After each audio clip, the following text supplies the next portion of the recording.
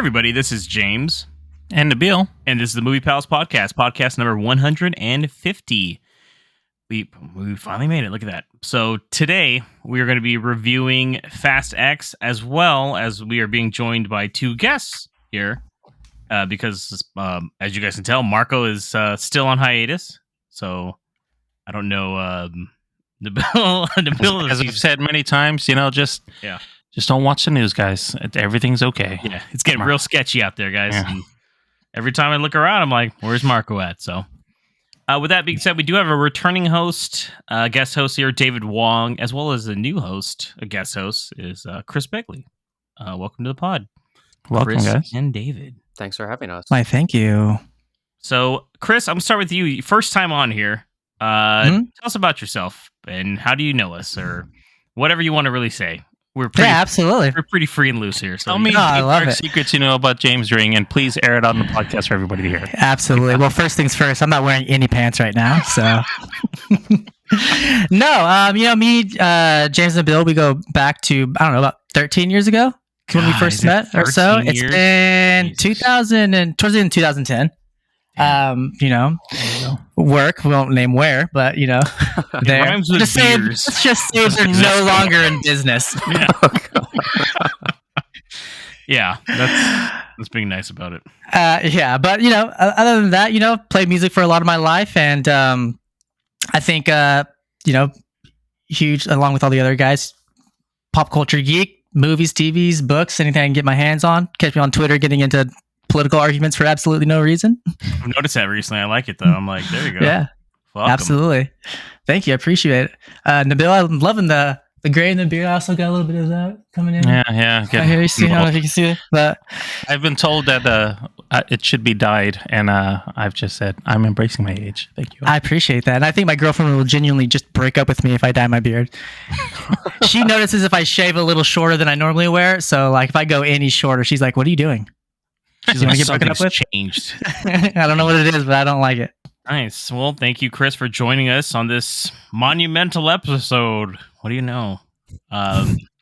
Also, we have someone else, like I said, David here. David, thank you for joining us as well. Yeah, thank you for having me back. It's not as special, David, because you're not new, so you don't really share that much with us. But if you want to, this is your time, I guess. Yeah, David did bring up that his last episode with us was episode 89, back for Nomadland, so that was a while ago. Yeah, we've come so far from watching people take dumps in their vans, Yes. Damn, dude. That's the only thing I remember from that movie. Well, yeah. What was that? Like 2 years ago? Probably, yeah. At least, yeah. I know this isn't a video podcast, but I grew out some facial hair for James. Just trying to impress Papa, but he's not.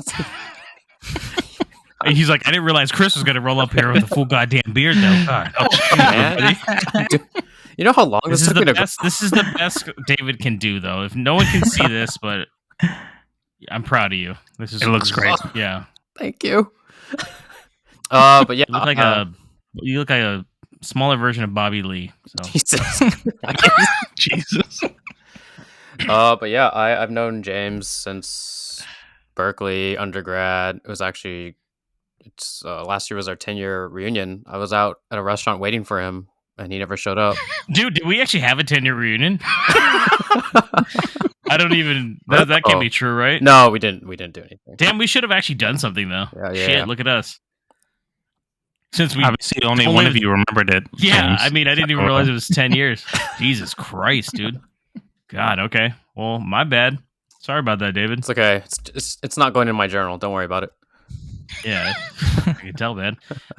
We studied film together, film studies, obviously, but David also went off and started, he became a nurse and stuff. Decided to be a hero, which is fine. We get better career. There's no money to be made in film.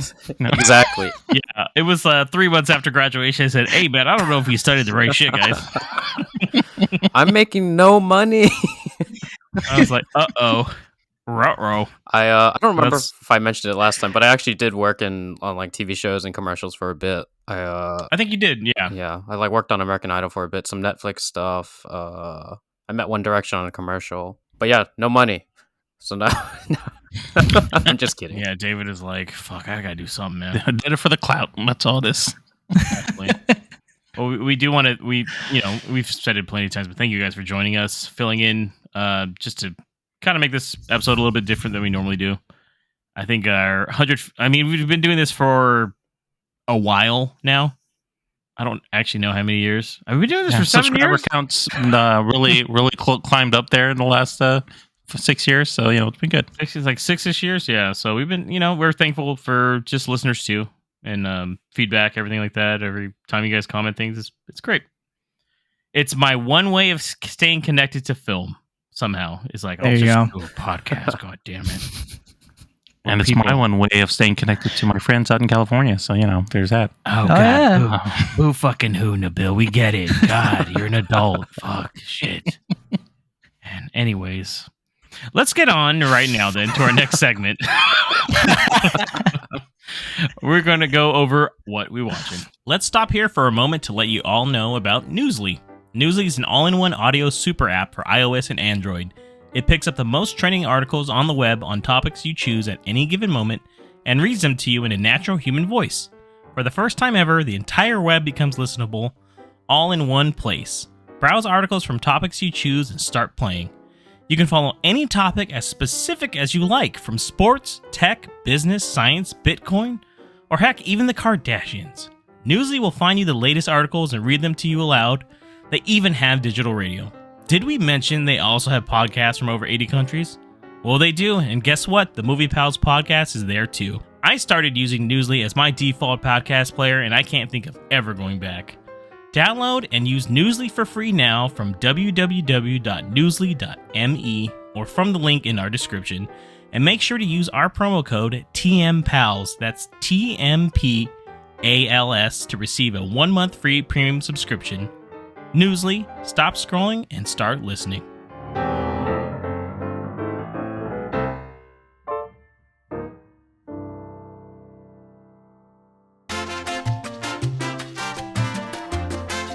Hey, what you watching? All right, guys, so this is our segment, first time listening, where we go over what you're watching. We can technically go over anything, really. Sometimes people like to talk about the TV shows, movies.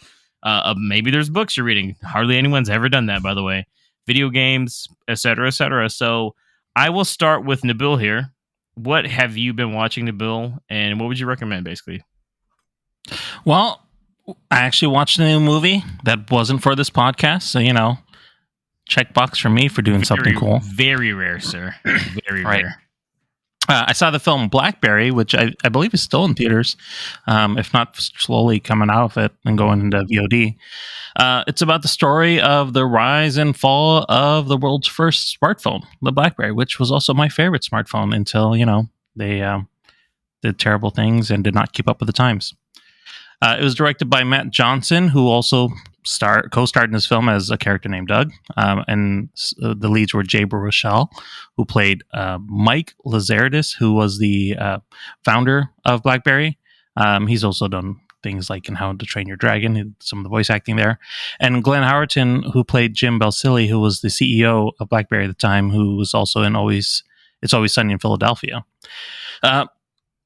Very, very fun film. It was, it's an origin story, right, of how things got started in the little startup version of BlackBerry and what they started working in modems. And Mike Lazardis basically had grander themes of like putting a keyboard on a cell phone and trying to basically find ways to write emails mobilely rather than doing it on a computer, and made a big deal with I want to say it was like AT&T or Verizon or some big telecom company, and that perpetuated him into building the big first smartphone. And the way that things go about, it's typical startup stuff where you have a lot of capital, a lot of interest, people love you, and they see the genius in your way, but all that money goes to your head, and you don't really realize that maybe you're not as smart as you thought you were, or you haven't caught up in the times, and you forget things, forget your friends, and things fall down real fast. And that's basically what happened. I'm sure you guys we're all just young enough to know how quickly BlackBerry went from being the hottest thing in the market to not even thinking about it anymore.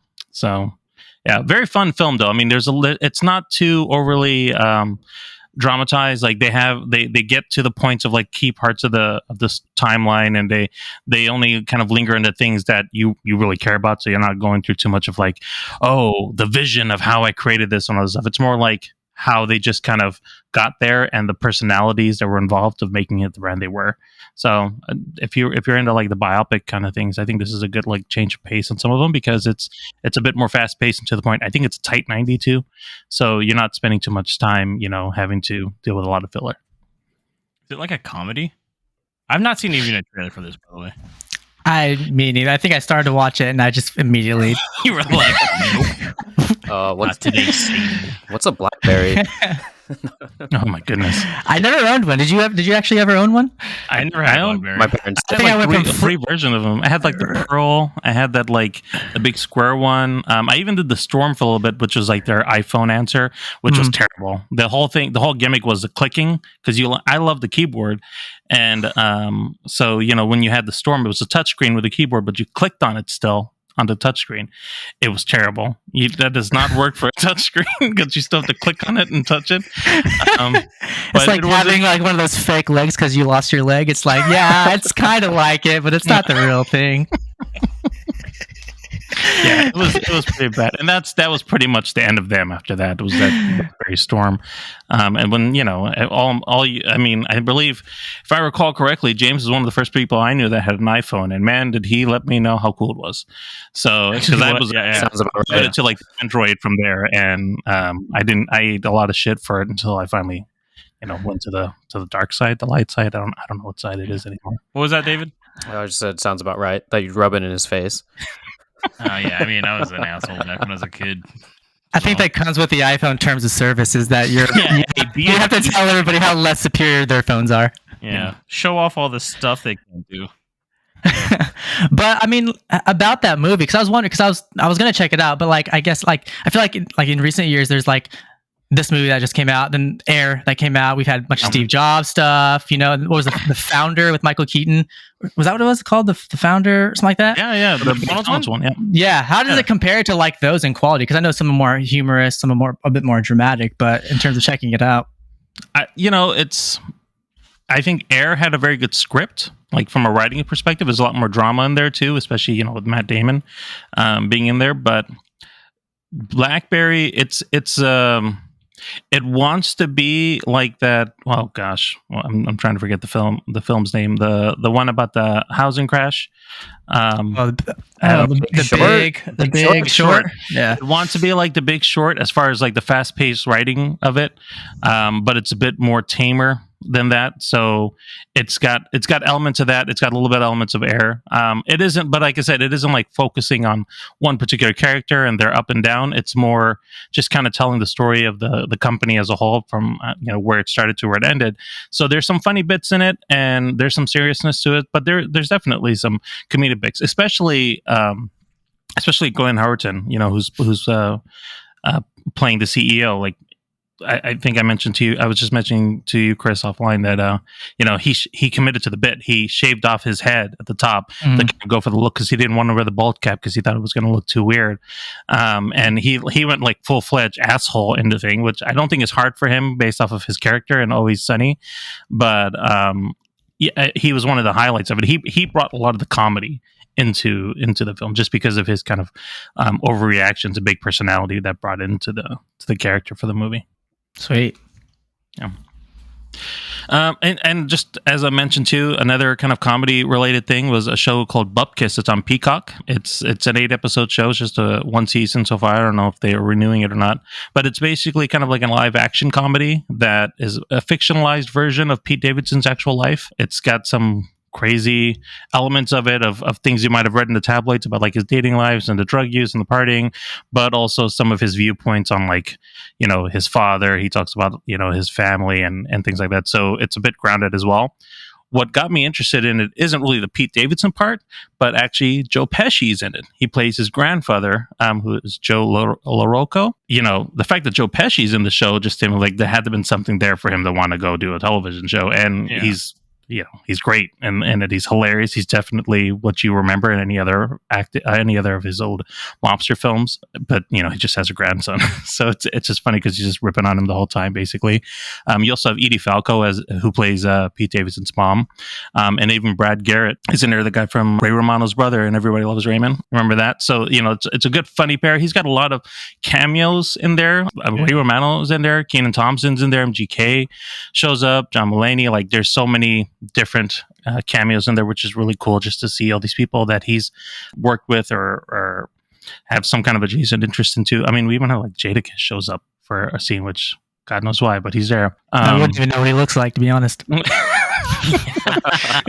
especially now. It's a short show. It's only about 22 minutes long, but it's got its funny parts. It's got its drama. It's a very interesting take on what we see Pete Davidson as and what he's trying to portray himself as in the show. So he definitely leans into some of the funnier aspects of what you read in the tabloids, but it also kind of gives you a bit of an insight where you kind of believe like his viewpoints on how he's had to cope with being a comedian while dealing with whatever tragedies he has, and also the people that he surrounds himself with, and how they kind of help perpetuate that viewpoint of what the tabloids see. So I feel like watching it, you're not going to be too surprised by anything you see in there, but it is just a fun watch to kind of see him share that from his perspective. So if you haven't seen it and you're looking for like something that's a bit short, lighthearted, but also can have a little bit of drama, I'd say this is a really fun show. If anything, just to watch Joe Pesci again on any kind of screen is a fun time. I was gonna ask because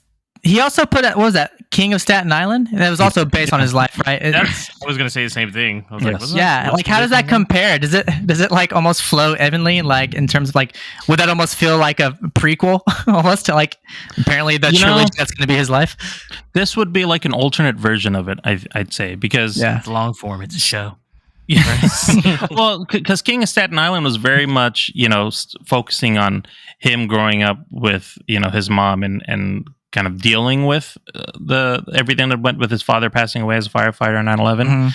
Mm-hmm. This is like, I guess you could say almost like a sequel to it, where it's going beyond that. He's not really dwelling on too much of it. Any of the drama is really around him kind of spiraling from like being a drug addict, and trying to change his image. So that's where any of the heavy stuff comes in. Everything else is just more like the stupid shit you think he does as a celebrity, partying, going, dating people, doing stupid shit with his I don't know, crew or whatever he calls them, like that's the stuff that gets funny. And then his interaction with his family.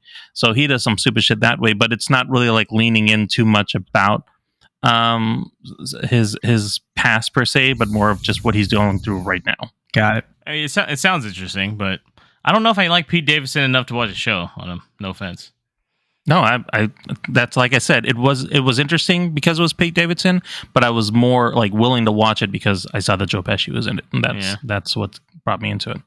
That makes sense. Thanks, Nabil. Let's move on to one of our guests here, Chris. What have you been watching? My day to day is like anybody else's. Succession, Barry, all those good things. But in terms of checking stuff, some new stuff out. I caught that new, I think it's Netflix, Queen Cleopatra. And personally, it's 4 episodes. It's a 4-episode show. And I liked it, to be completely honest. I know there's a lot of rift on internet and all of that because they're, race swapping and, however that goes. But in terms of the actual show, it's relatively fictionalized, but I thought it was actually pretty good. The acting was pretty good. I know it's Jada Pinkett Smith's like the narrator. She's not actually in it, but she just narrates and produces. And the woman that plays Cleopatra, Adele James, I've never seen her in anything else, but she does a really good job. She handles it and she kind of owns the screen and everything that she's in. But it's pretty informative.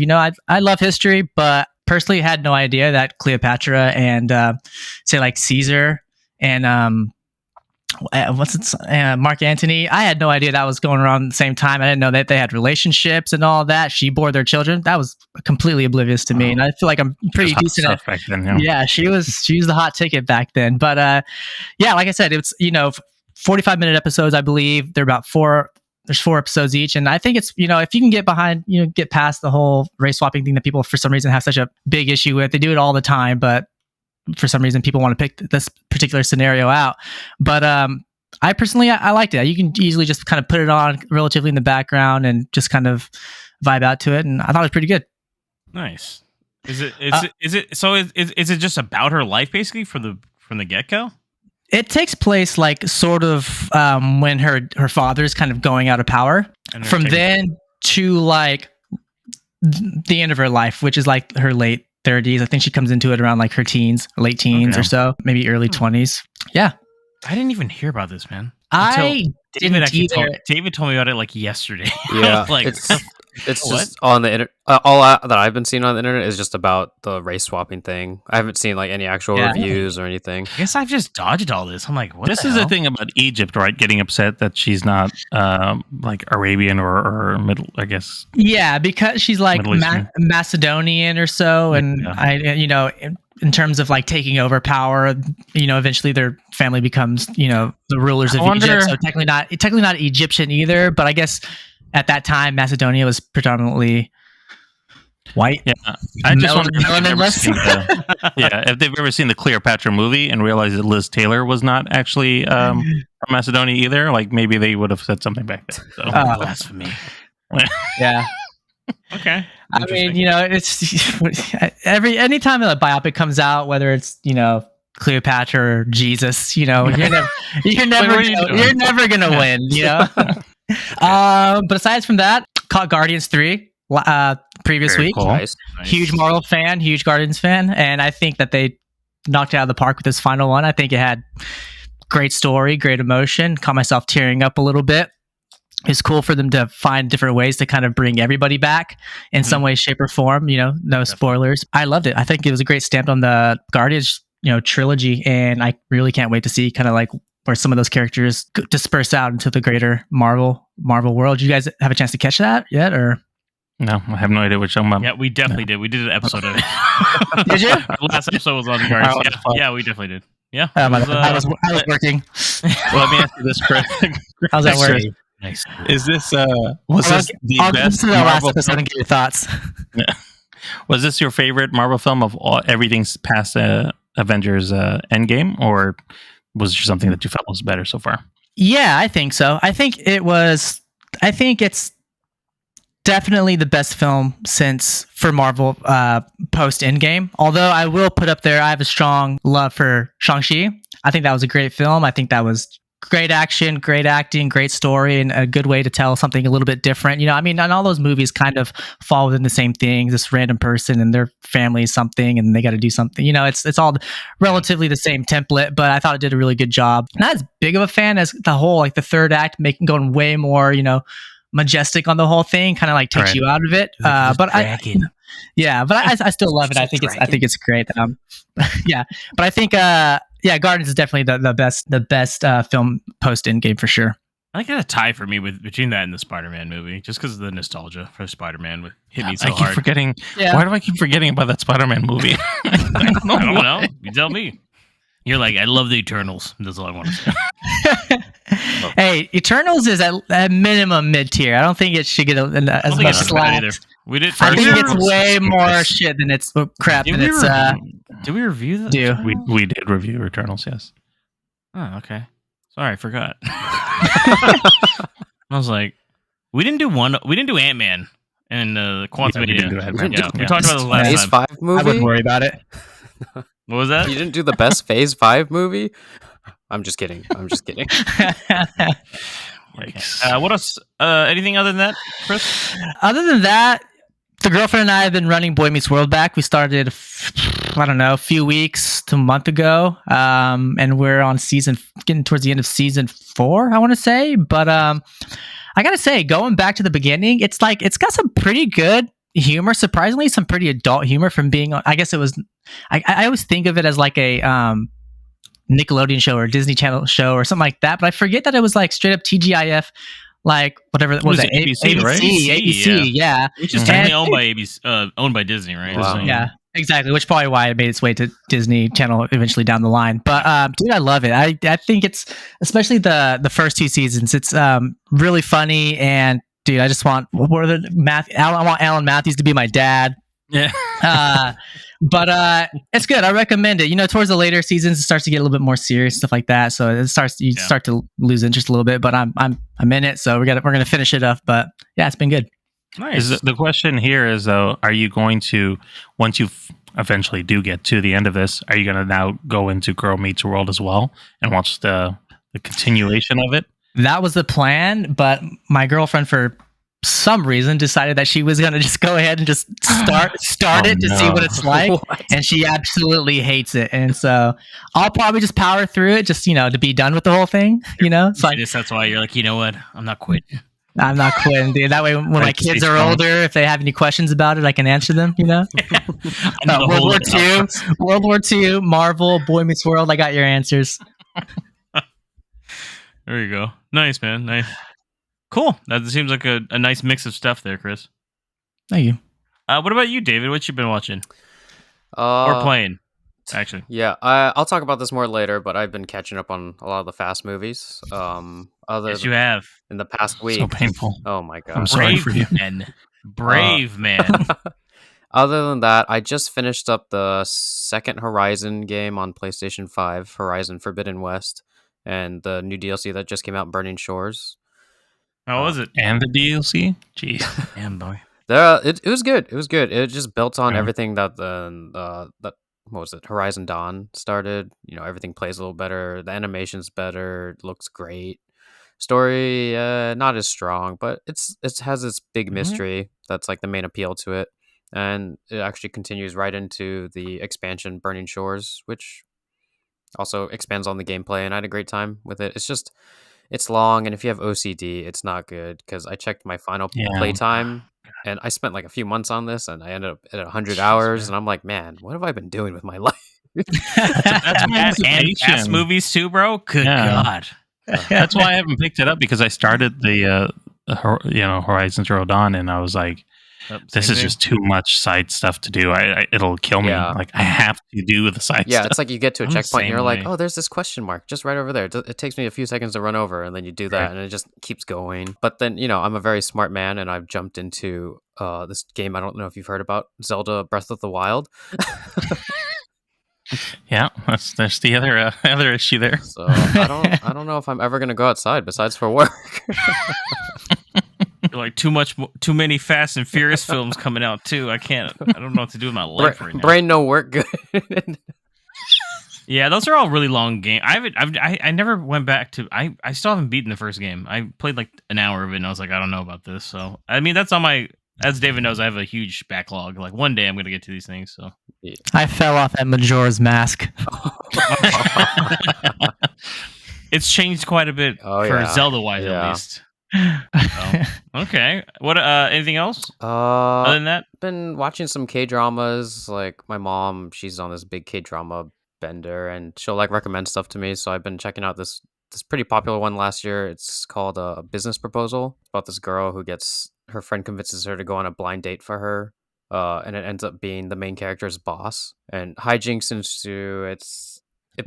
It goes like into all those cliches and tropes for like romance comedies, but I don't know. It's fun. It has a good time. It's like a series though, or series. I think there's 12 episodes. It's on Netflix. But with K-dramas, each episode's like an hour long at least, so it's like you're committing yourself to like watching a movie almost. But yeah, it's fun. Okay, cool. Thank you, David. Just for me here, guys, I've been watching the Indiana Jones movies on 4K. I've been watching them on that disc just because getting ready for Dial of Destiny. Because I hate myself. No, I'm just kidding. I don't know. Not as bad of a trilogy to watch. I think. No, I mean I'm watching. There's 4 of them. I'm on Crystal Skull now, obviously, which is the weakest of the bunch.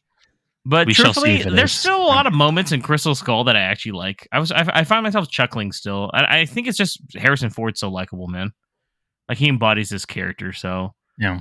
And it's definitely one of those like movies to go through that is not like a pain. Like no offense to you, David, the fast food. Oh my bad, dude. We've done that before. We've been through that, Dave. I feel your pain. Trust me, we've done that before. We did it all. God, we did 10 movies before. Or 9 or 10 movies. No, we did Hobbs and Shaw as well. Yeah. 10. Fuck, man, that was wild. So, and those get a little, by the end, you're like, fuck, kind of want this to end. But these ones, I'm like, cool, because they're all kind of different, each one of them. So, I've found myself really enjoying them, and the remasters they did on these as well just look really good. So if you haven't seen them in 4K, if you have the ability to do it, I highly recommend it because it's a solid like series of movies, and it's kind of sad, seeing how old Harrison Ford is fucking got. Right, dude. There's nothing sad about that. He's aging gracefully. Bro, Dude, it's like a good thing, dude. We can't I think we can't have any more, one final rodeo. Indiana Jones movie. Dude, I thought he looked old back in Kingdom Skull days, and then like, if you had told me there's going to be another one in 15 years, I'd be like, you're fucking crazy, right? Like, what? He's going to be 80 years old? Yeah, he actually will be, asshole. So like, check it out. This is what it's about. So I completely forgot that River Phoenix is in. Last Crusade? Last Crusade. He's young Indy. Wow. Yeah. I just randomly saw something and it made me look it up, and I was like, damn, I completely forgot. It's crazy because then he dies like 3 years later. Yeah, then he's like dead right away after that. Yeah, so it's fuck, man. A lot of good moments though. So it's definitely been a good series working my way through, and I know there's some already mixed reviews on Dial of Destiny, but I mean, it's a Cannes crowd, right? Is that the movie you bring to Cannes? Like, absolutely. There's an Indiana Jones film, Cannes crew.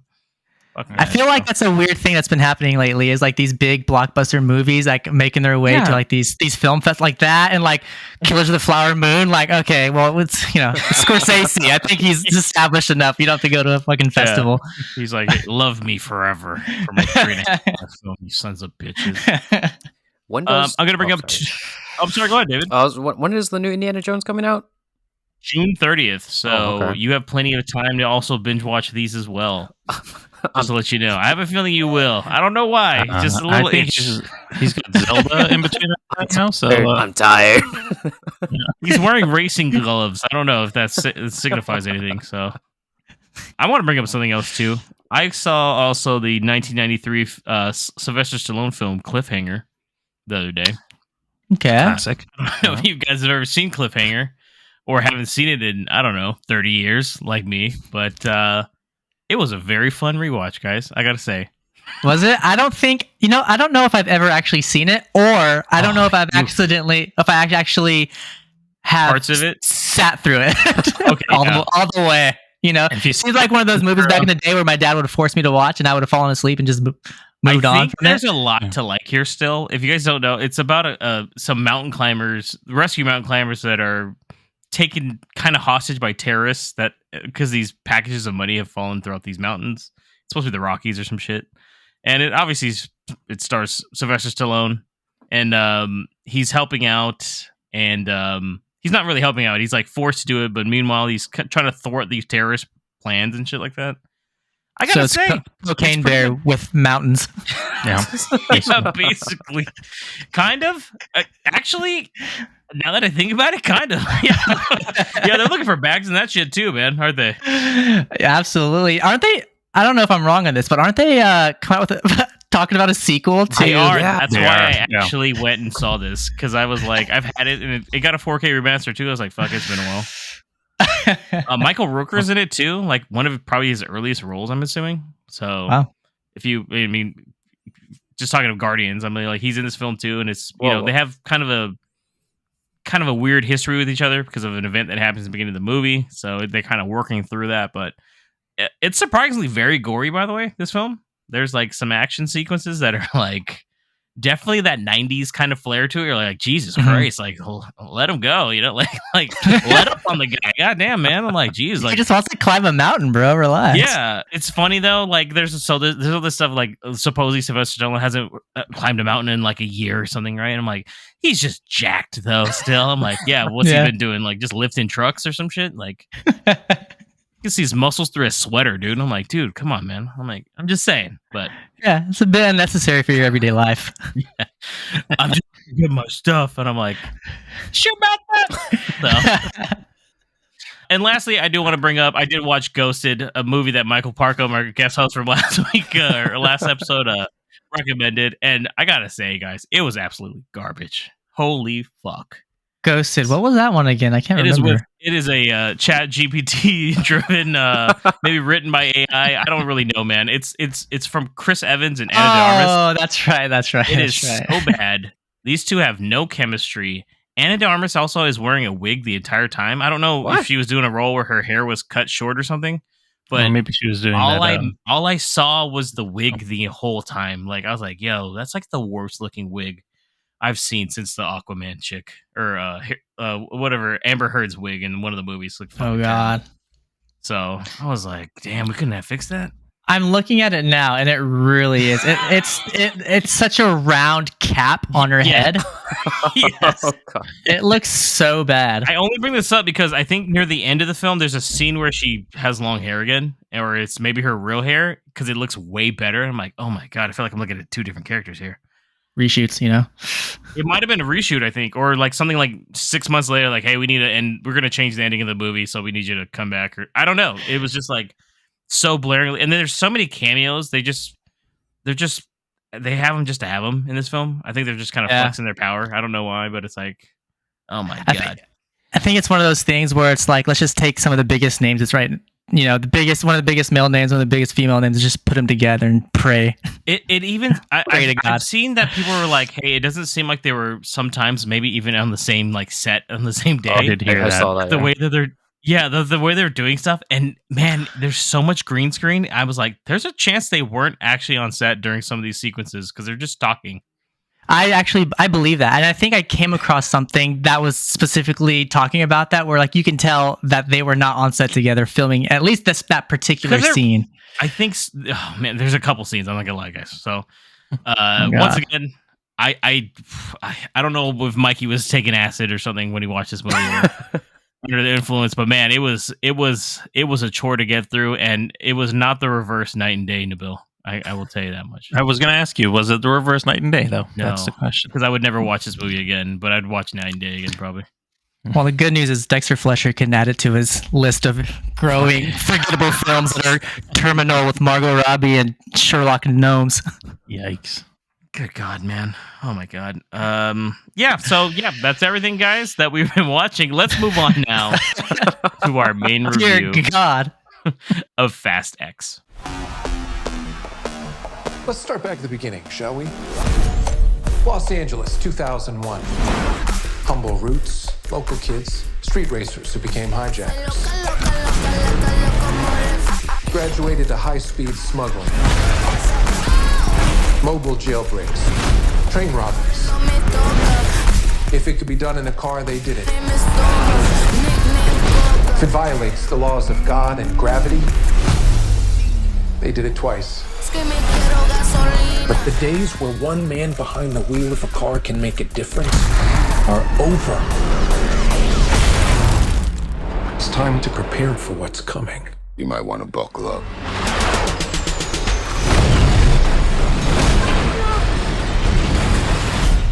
All right. Fast X or Fast 10.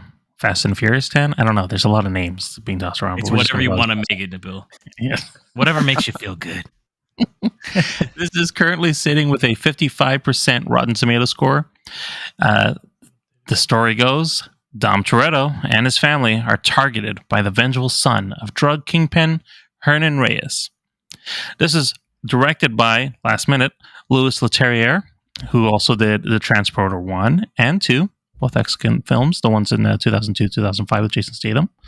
The Incredible Hulk in 2008, Clash of the Titans in 2010, Now You See Me in 2013, and The Takedown in 2022.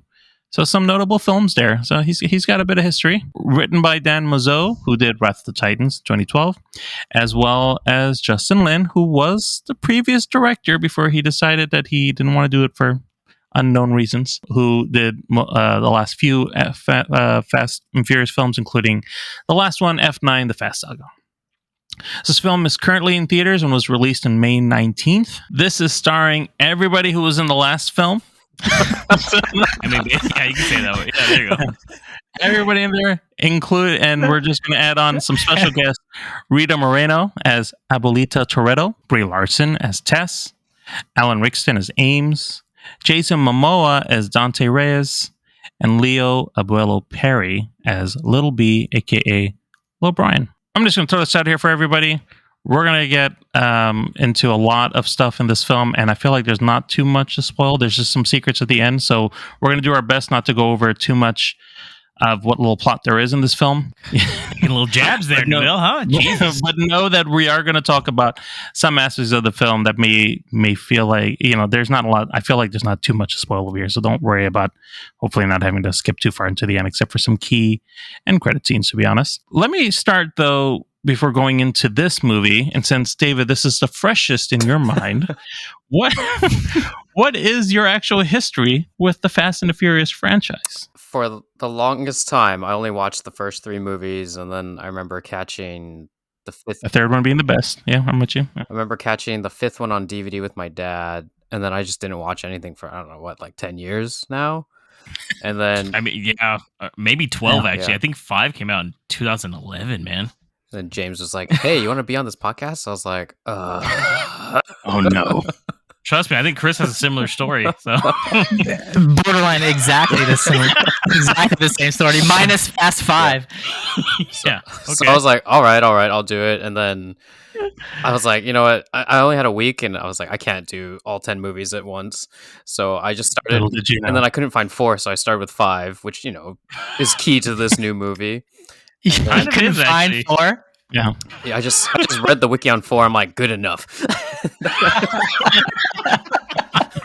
Sorry, Close Paul enough for Walker. me. And then I just blew through all of them on my days off in the past week, and then it was so crazy. I woke up late because I was tired from work, and then I started F9, and then I literally finished it, and then sped over to the movie theater.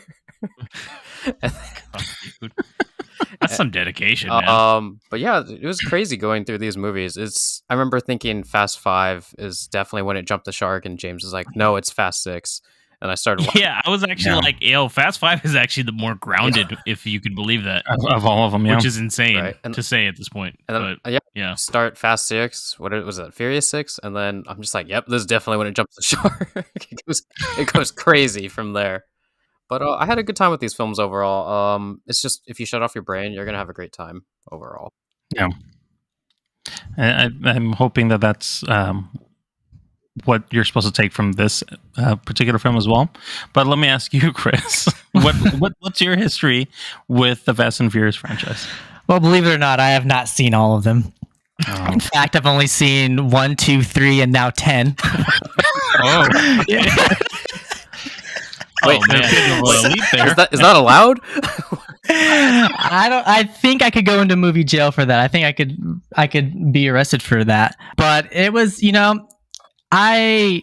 what I did do though is I went on YouTube and I watched tell me what I've missed between then and now, and pretty informative. I don't know what any of the characters have to do with each other. I don't know who's died and who hasn't, because I know every time somebody comes back, they're like, "What?" Yeah, and I'm like, "Yeah, sure." It's like a Marvel comic, dude. Like, even if they die, like, he might be back. Yeah. But at least in Marvel, they go, if you didn't see him die, he's not really dead. Fast and Furious movies are like, even if you see him die, he's gonna come back. Yeah, we'll retcon it. Trust me. But I liked the first movie. I think everybody kind of it's so far removed from what all the other movies are. It's so much more contained. It's just a heist movie essentially. Yeah. And I really like that. I didn't really care too much for Too Fast, Too Furious. I mean, the name should have led you to that.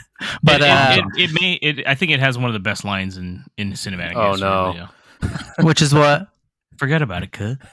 And then zoom in. The way that Paul Walker says that, I forced Nabil to say it last time on the marathon. I was like, Forget about Cup. you're gonna have to say that part, bro. Just because it's so random.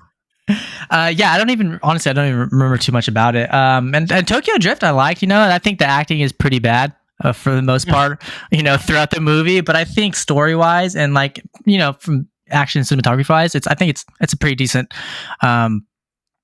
movie. But yeah, I haven't seen any other movies. I think everybody kind of talks about Fast 5 being probably the best movie in the franchise, and like Nabil mentioned earlier, and I'm looking forward to eventually getting to it in a couple years.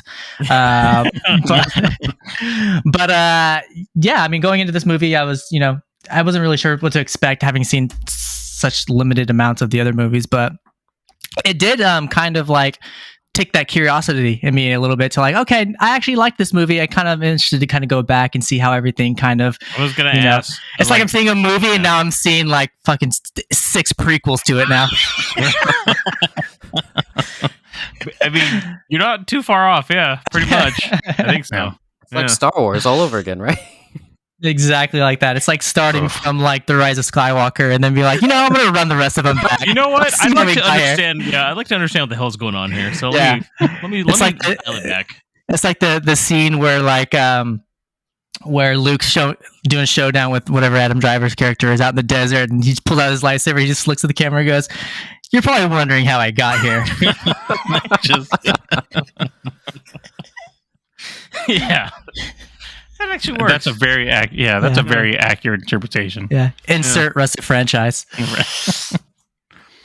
Well, I don't really want to ask you, James, what you thought about this franchise because you've been through this journey with me already. So what I want to ask you instead is, what was your expectations of going into this film compared to what you've seen so far, especially knowing from a lot of the stuff they've been talking about online, where it's essentially the sequel to, or this is well, I think it was supposed to be a 2-parter, but maybe now a trilogy of the ending. Trilogy, yeah, like holy shit, ending of the franchise. So what was your thoughts going into the film? I was like, this is their end game, dude. About to be kind of is. Yeah. Oh God. It's totally Infinity War vibes, honestly. Infinity War, that's what I meant. Yeah.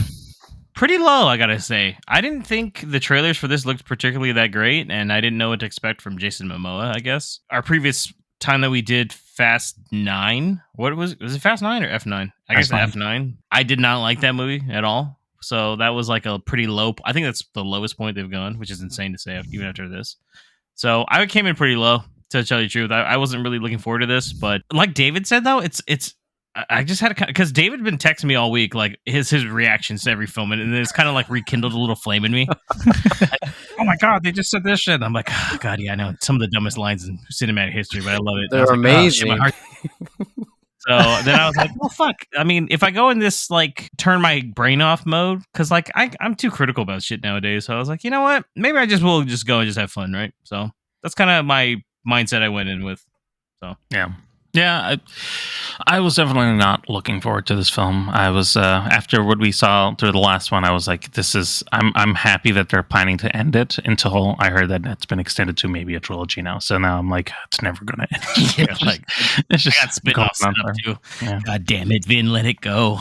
Yeah. 55, let it go. Holding on to something, no one knows what it is anymore. But also the same with low expectations. So let me ask you guys this.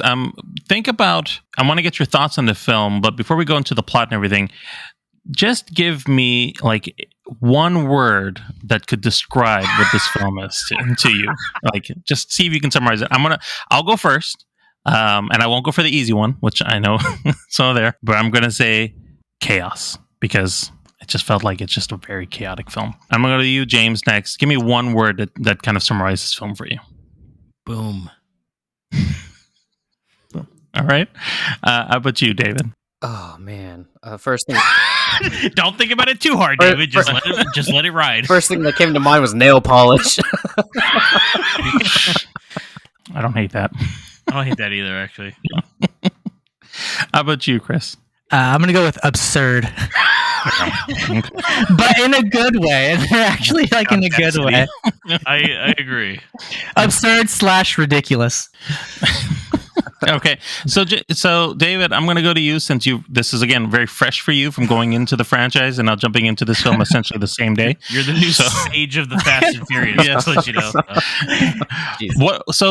What was your thoughts on the plot of this movie? What actually worked for you, or what many things didn't work for you? Like how did this film live up to, the plot of this franchise again? What plot? No, I'm just kidding. It's very bare bones, and honestly, like I was alluding to earlier, I just kind of turn off my brain. Like in the beginning, they're talking about, oh, we got to go on this mission, and I kind of tuned out all the details on that. I'm like, wait, what are they doing?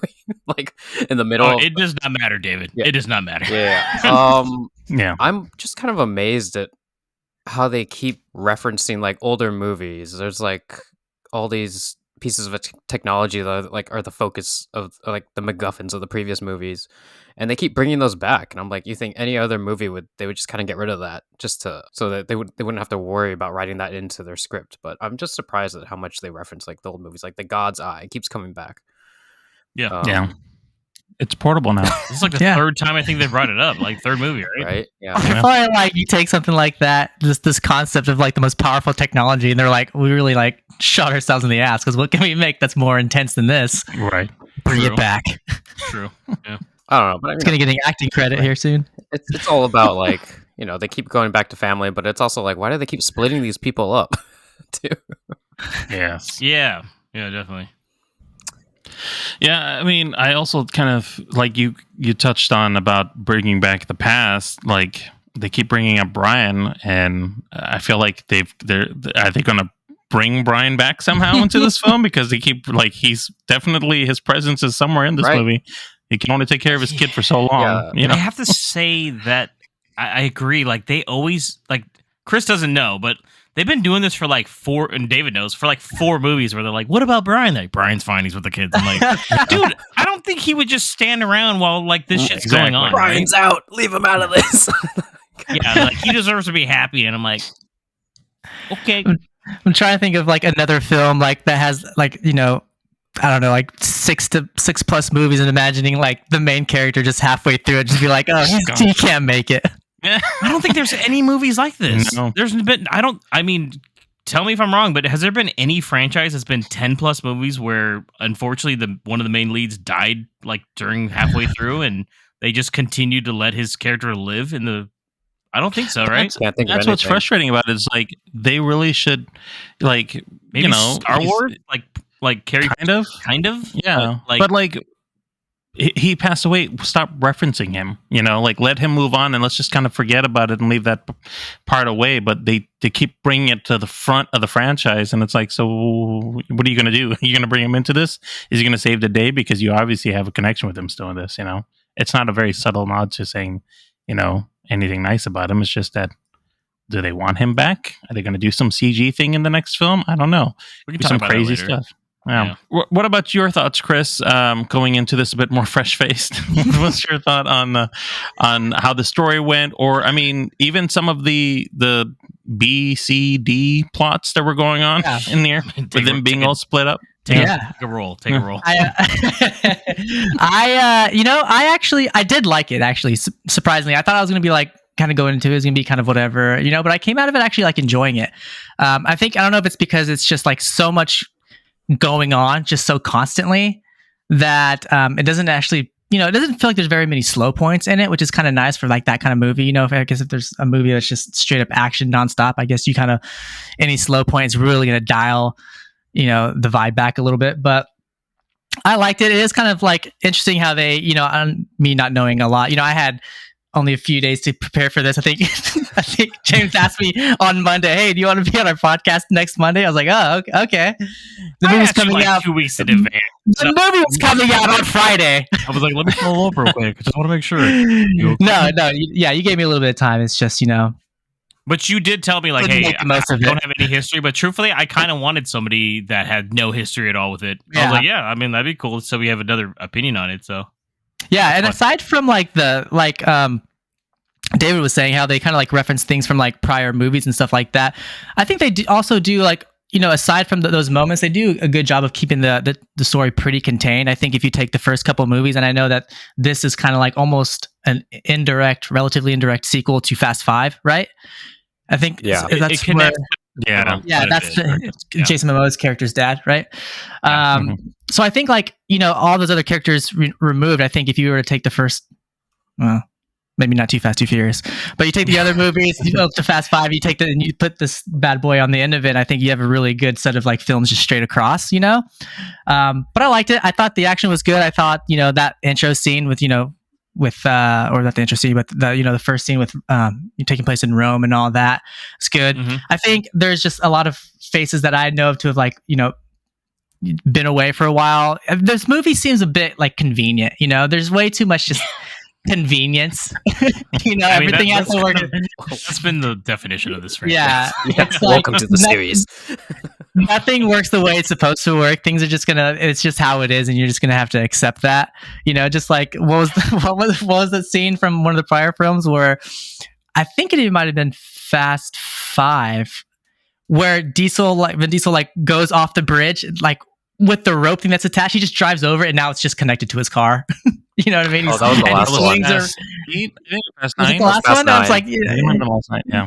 And then some loose ends, which they're gonna obviously come back in, Statham at one point he's in the movie for 5 minutes, and then he's gone. You think he's gonna show back up, but he never does. That's, you can kind of gauge where that's gonna go. But I liked the film. I liked it. It was good. I gotta ask though, David, did you like the film? It was entertaining. Yeah, I mean, I enjoyed it overall. That's good that you weren't burnt out after going through so much. I don't know, man. The last 4 films are kind of blending into one movie. I don't know where the fuck I was looking over the outline for this, and I'm just trying to remember plot points and the set pieces, and I'm like, wait, was that Fast 9? Was that Fast 8? Honestly, I'm having trouble. Was a submarine in this movie? There was a submarine, right? Kind of. Yeah. Kind of. And what about you, James? Thoughts on the plot, or even just the kind of cliffhanger ending? Do you feel like it's a good setup to the next film on some of these things that they have? How do you think this is progressing towards this trilogy finale? I surprisingly actually like this movie, which is crazy because I didn't think I would. I think it runs a little too long. Did we need a 2.5 hour long Fast and Furious movie? But I will credit to Chris's point. I thought the pacing was actually pretty good. My girlfriend did not, though. She was telling me, she was like, which is funny. Janelle, I think she watched Fast 9 with me. And I remember I was just watching that and I was like, oh, they should have died 7 times, right? Or something. There's so many times in that movie I'm like, they should be dead. Everyone should be dead on this team. Even in this movie, I'm like, how did they survive this? I just kept saying that, but she was like, she thought it was too long, which I understand. She doesn't like long movies. She never has, but it's not one flat tire. Dude, not one flat tire. Not one broken neck either. Not one broken. I got a flat tire the other day. I don't even know how it happened. Did you jump off from a different highway to another highway? Drive through 3 buildings. I mean, I might as well have, Oh yeah. So it was definitely one of those things where I think it works because we'll talk about plot wise. I think the villain here is really good, and I think he steals the show, which is insane. Absolutely. I actually really like Jason Momoa. I know we'll get into that in a sec, but I thought the subplots though were dumb as hell. Just to let you know, there's too many subplots of there's even scenes that I thought could have been edited down. I brought it up on the outline. There's a scene where Tyrese's team, I guess, right? I guess we can say, which is weird by the way. I like these movies better when they're all together. This one they split it up, and does Vin Diesel not like working with anybody anymore? This guy's just by himself the whole movie. He's I'm just. I don't think Vin Diesel has anybody to work with anymore because. Again, there's no Brian, so there's Letty in him. That's why I'm saying, who does he have to play with? I have a theory I'll bring up during spoilers, but the Pete Davidson scene, right, where they go to the internet cafe, that was the dumbest fucking scene in the whole movie. Yeah, just watching it, I was like, why? It goes nowhere, by the way. They don't do anything, and I was like, we could have that's what comes out of it. Yeah, we could have cut 5 minutes out of that, right? That scene was. I think you could have cut that entire scene, to be completely honest. And that's what I mean. There's weird aspects of that scene where Han is eating the muffin, he starts tripping out, and then they never touch on it. I was waiting for him to say something, and they never touch on it. And you're supposed to be like, oh, okay, I guess. Tyrese has powder or something in his hand. What was up with the powder? What? Dude, I even told Janelle, I was like, yo, was that dust or cocaine? What was he doing?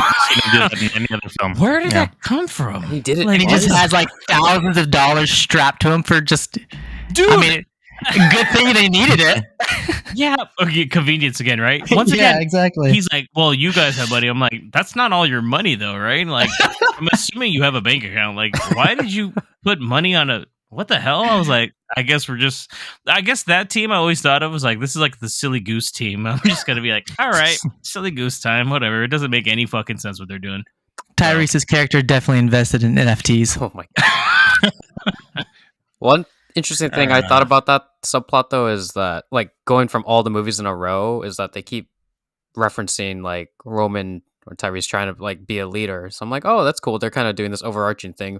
But also I'm like, oh shit, David found the character development. Right? Damn, look at you, David. But then you're like, wait, this doesn't go anywhere. This is stupid. I mean, they kind of do it by the end where they're sounds like a leader to me. And I'm like, weren't you guys just fighting an hour and a half ago? I'm just saying. Hurt in his an feelings, internet bro. cafe. God damn, it was such a stupid scene. Sorry, that's the one subplot scene. I was like, what the fuck? So yeah, I think to your point, James, I think like in terms of scenes that just didn't really fit or like really work. I think also the Letty and what's her Cipher, right? Yeah. I think you just say Charlize Theron. It's fine. Charlize Theron. I think the whole scenes, their whole scenes where they're together in that, Antarctic, like why did it have to be that, and why did it have to be there? It's almost like they're like, we want to put another submarine in this movie. We don't know how to do it, and also our budget right now is way too big, so we'll just throw a submarine in the end of it. How? They're in Antarctica, of course. I will say though that's one of the things I did enjoy about the film. I mean, a lot of the action was good, and that scene where Charlize Theron and Michelle Rodriguez, they get into the fight. Like, I actually really enjoyed that fight scene that they had inside that hospital. Cool fight scene, I won't lie, but did you get the vibe, guys, that like the agency, like, what the fuck is this place? Yeah, they're a mess. That whole agency is. The setup of the thing was like the most sci-fi shit. I'm like, yo, they were still in VCRs in the first movie. They come a long way, man. I was like, damn, look at this. Dude, not having seen the other movies, the whole time I was watching it, I was like, the agency. The agency. I'm like, this shit is so big. Oh, what about the agency? Is it supposed to be the CIA? I'm not really sure anymore. I don't know. I don't think they ever name it in any movie, right? No, I gotta ask David because he's more recent on it. Is this the same team from Hobbs and Shaw? Is that the agency too? No, that's a CIA thing in Hobbs and Shaw. I can't believe remember I the know mysterious. Just like spoiler wise, like if you haven't watched Hobbs and Shaw, at the end there's like somebody's behind the whole thing. They never go back. Oh, that no, that's totally different. Was that the agency? No, that's okay. totally different. I thought it was. I was like, are they just trying to connect everything now? Because this is like the Shadow Agency or some shit, or the agency's like Legion of Doom. It's like Mr. Nobody's group. Yeah, his little crew. Yeah. Okay, sorry, I was just like, fuck, man. Which Mr. Nobody, aka Kurt Russell, is just MIA, I guess. Yeah. Nobody knows why. He's just gone. But his daughter is there, who happens to also be a high-ranking officer in the agency, which is Brie Larson, who does nothing. I love Brie Larson, but she has no role in this film. No one knows why she's really in it. Good to see her on a screen, but like, why are you here? Kind of thing. It's like she's just not. They didn't give her anything to do, and then you have Alan Richardson, who's doing he's Ames, right? So he's doing the role of like, I'm going to go after everybody and stop this guy, and he's kind of the momentum, I guess, for some reason. But you already have like Jason Momoa's character. So it's like, why do you need two of these, antagonists? You know what I thought when I was watching it first? Without spoiling anything, I assumed the Ames role was supposed to be Hobbs, like the whole time when I was watching it. I was like, was this supposed to be Hobbs? But then, if you guys don't know, like Vin Diesel and Dwayne Johnson fucking hate each other. So like, they've publicly had disputes where I was like, oh, but he's not coming back, which we'll talk about more, obviously, in a little bit. But they probably wrote it that way, though. They probably wrote it in a way that was like this is perfect for him. And he was like, no, dude, I'm not coming back. That's what I felt too, Chris. That's what I was thinking. And I was like, oh, so they just got another jacked dude. Like, we'll just get this guy then. Okay. Which is great. Alan Richardson. Have you guys seen Blue Mountain State? No, but he was on Titans. Dude. I don't know if you saw Titans. Yeah, he was on Titans. Yeah, and he's doing great Jack Reacher. But if you guys okay with a good comedy series, and it's not too long. I think it's like 2 seasons, maybe 3. I don't know, but he's one of the main characters, and he is so good. He's so different from like his recent like action stuff and all that. He's just like a weird big goofball football player, but he's really, really good. One of the best performances in a series I've ever seen, to be honest. Okay, nice. Okay, shit. Well, speaking about some of the new characters that have been added over here, let's go in a bit to Jason Momoa's character, Dante Reyes, who's getting vengeance for his father's killing in Fast 5. I'm going to go to you, James. What did you think about this new villain? He was great. I think this might be the best villain in the Fast and Furious franchise, which is crazy to say because we had fucking Idris Elba and Hobbs and Shaw, right? So... just fuck, dude. This franchise, I gotta say, attracts like big names at least. Like, oh yeah, I want to be in these fucking things. But Jason Momoa is so crazy in this movie. He's funny as hell too. Like, I was actually laughing a lot, which is like sadistical because like he's doing some shit that's pretty creepy. It's There's It's a a scene where he's darker painting like villain. dead dudes' fucking toenails, Yeah. and I was like, "Whoa, that's a little over the top, That's right?" why I said nail polish. Yeah, I felt like he dressed himself too. Like he just showed up. He's like, "I'm just wearing what I'm wearing." Like, okay, fuck it.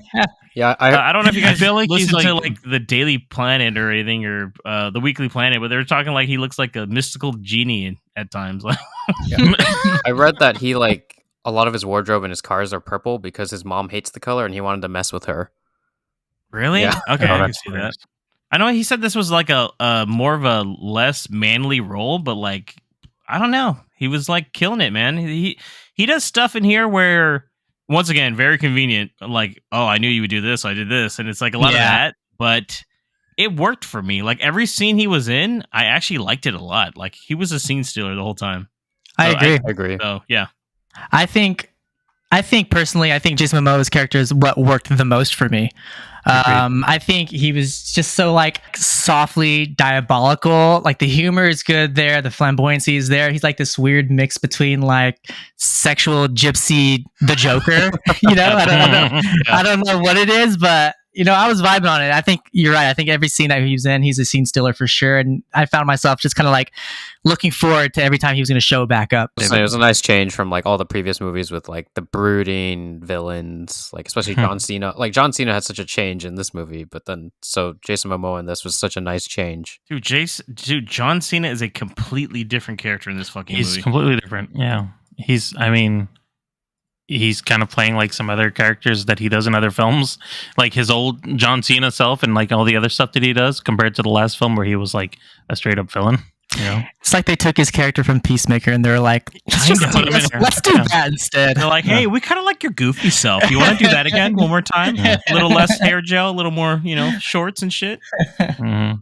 Yeah. Well, I mean, we talked a little bit about Jason Momoa. There was also another kind of blast from the past-ish character, which I didn't really name at the beginning. We have Daniela Melchior, who plays Isabel Neves, who's Dom's deceased baby girlfriend, mama's sister. baby mama's sister, who's just kind of been brought into the fold too, and has some beef with Jason Momoa's character. Chris, I'm going to just kind of bring this into you.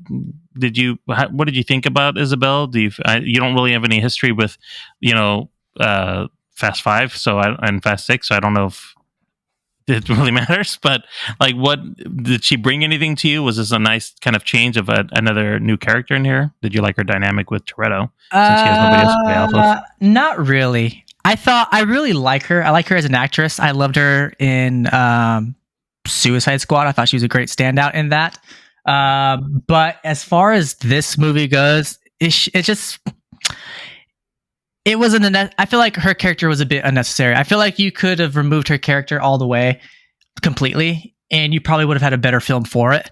Do you think like she's a setup character though? Like she'll be used more in sequels? She'll probably be used more in the sequels, but I think just for the sake of having more characters and people who are hot right now, more in the franchise, it's, there's like, and, it kind of bugged me when, they're finally, he's back at her place or whatever it is. And she's like, oh, you knew all along, that was her sister. He's like, the moment you smiled. I was like, really, dude? Smile with your eyes. I know people that I would have no idea they're related, and then you just randomly came across this car chase and this girl just happened to be there and she just happened to be relative of your, Diesel's like, convenience, that's why. Convenience, that's why.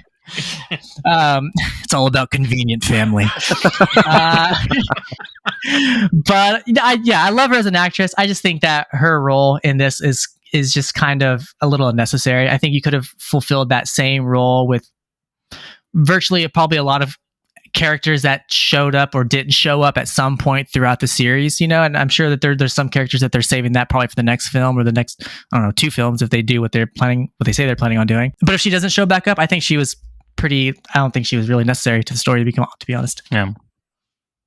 Well, and kind of talking about the characters in general, I know we've touched a lot about this, but David, going on to, seeing how the other films have progressed and how big the cast is now with all these extra characters, do you feel like I think James touched on it a little bit, but do you feel like this is doing it a disservice that everybody was kind of in their own little pockets, or do you think that this kind of worked and everybody got their like fair shot in screen time in this movie, or would you have liked to see more of the ensemble together?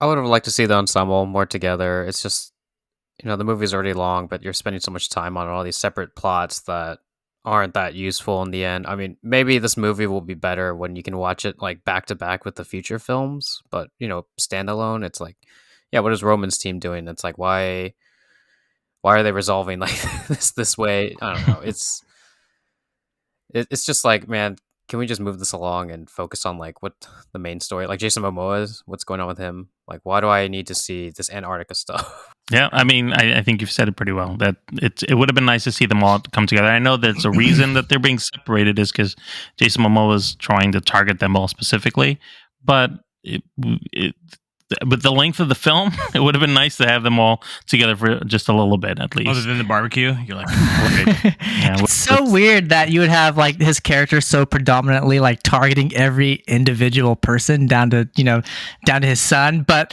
he's not targeting Brian for whatever reason. He knows Brian's at home. He knows Brian's at home babysitting. He's like, I can't do that. Even Jason Momoa's character is like, he deserves a good life. Okay. He's like, well, who's gonna watch Brian's kids? I'm already attacking Dom. It's also. I mean, Mia shows up for like one scene. And it's like, dude, why does Mia just show up for? Okay, well, bye. She has as much screen time as Jason Statham or Jason. Why is she away from her son for so long? Yeah, why isn't she watching the kids? Why isn't like? Yeah, why have those kids never showed up at a barbecue? Right? Yeah, technically, David knows. Yeah, he's like, Brian's watching them. Why? They don't want to come around family? Right. It does feel like they just have to check off. It's like, oh, we had this character in this previous, or this actor in this previous film. Let's get their scene. Okay, shuffle them off. Maybe they'll come back for the big Avengers Endgame level reunion. Yeah. Because the Jason Statham one was kind of cool because that connects to the end of Hobbs and Shaw.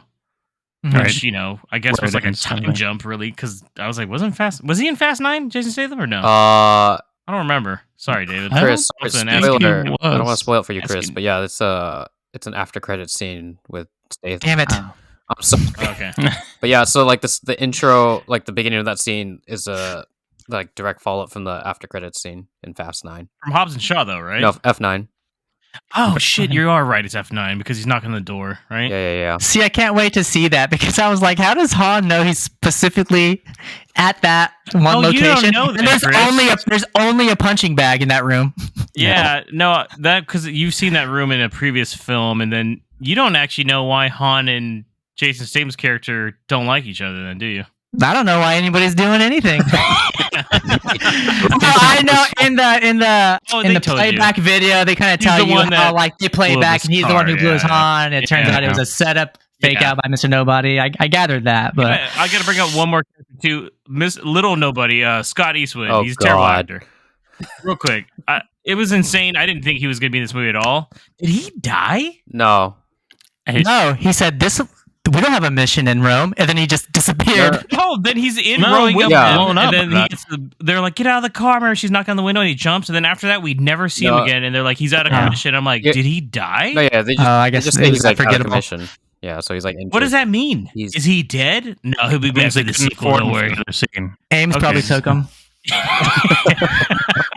Dude, I was like, "Yo, like they're not gonna go check on their homie?" Like. They kind of know this guy, right? He's been in like 3 or 4 movies at this point. They're like, it's all about family. They're like, well, we don't really know all that. He was never at a barbecue. He's a little too white for us. He's a little new. Yeah. We didn't know he was in the movie. We wrote him out. Okay. Sorry. We've talked a lot about the characters, but what we haven't talked about is all the action in this film. We haven't talked about the family, though. We haven't talked about Brie Larson's earrings. Oh my god! Oh my goodness! Do you see how many earrings she had on? She had like 30 earrings on each ear. That's what they spent her budget on. If you didn't notice that, I'd go back and look. Thank you, Chris. I didn't know that. I think I audibly said, "Oh my god!" in the movie. Yeah, you said a lot of earrings. A lot of earrings. So fashionable. A lot of earrings on her. That's a lot of jangling. I don't know if that goes through. It's a little unprofessional. Yeah, she's pretty high ranked, right? No. Sorry, go ahead, Nabil. What action? Yes. Yeah. Sorry, we're talking about earrings. You talking about action getting too crazy? I'll start it off.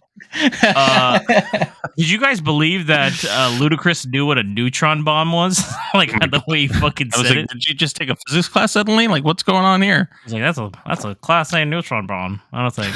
Bro, I don't know what that means. He went to space. He can do whatever he wants. That's true, actually. You're right. Ludacris has seemed to take a very huge step in technology knowledge from the second film till now. Oh yeah, you have no idea. Yeah, he's the hacker, bro. What are you talking about? He's just typing clickety clack, clickety clack. Yeah, the action's getting.